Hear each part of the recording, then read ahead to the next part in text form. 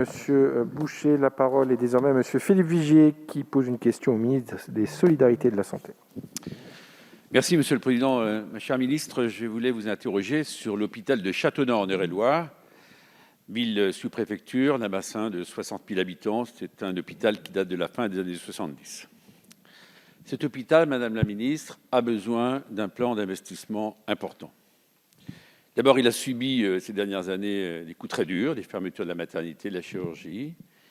Mais on a su rebondir et grâce à une direction extrêmement efficace, un véritable projet d'établissement a été établi, qui passe par un agrandissement des urgences, tant nécessaire, qui passe par un bloc opératoire qui soit complètement rénové. D'ailleurs, le ministère de la Santé lui-même avait exigé que l'on soit en capacité de faire ces travaux, qui passe par le redéploiement d'une unité de stérilisation, par une pharmacie qui s'agrandisse, par un service de lingerie.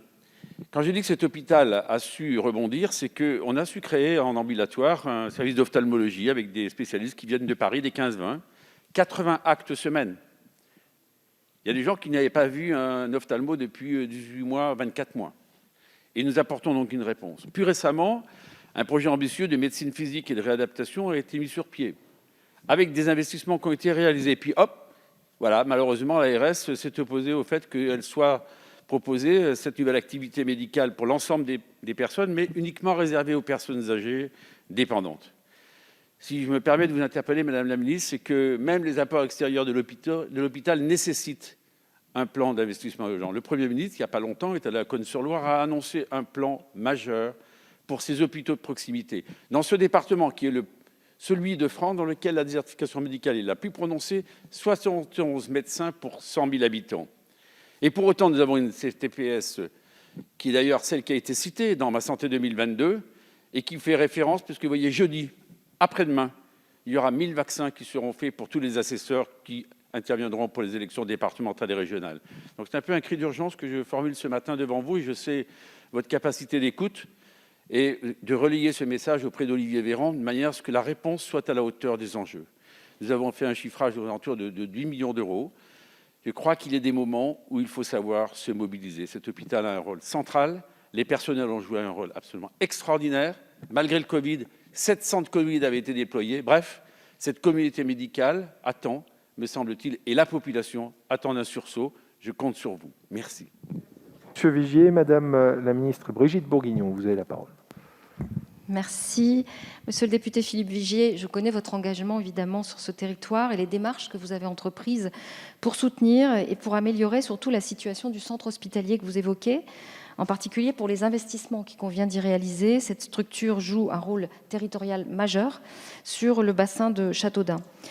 Des aides à l'investissement lui ont été régulièrement accordées, tant pour soutenir le développement de son activité, vous avez cité le service d'ophtalmologie, que pour faire face à des besoins d'investissement structurels immédiats. À ce sujet, vous le savez, pour l'avoir mentionné, le Premier ministre a annoncé en mars dernier le plan d'investissement du Ségur de la Santé qui consacre 19 milliards d'euros afin d'améliorer et moderniser notre système de santé, plus que jamais mobilisé face à la crise.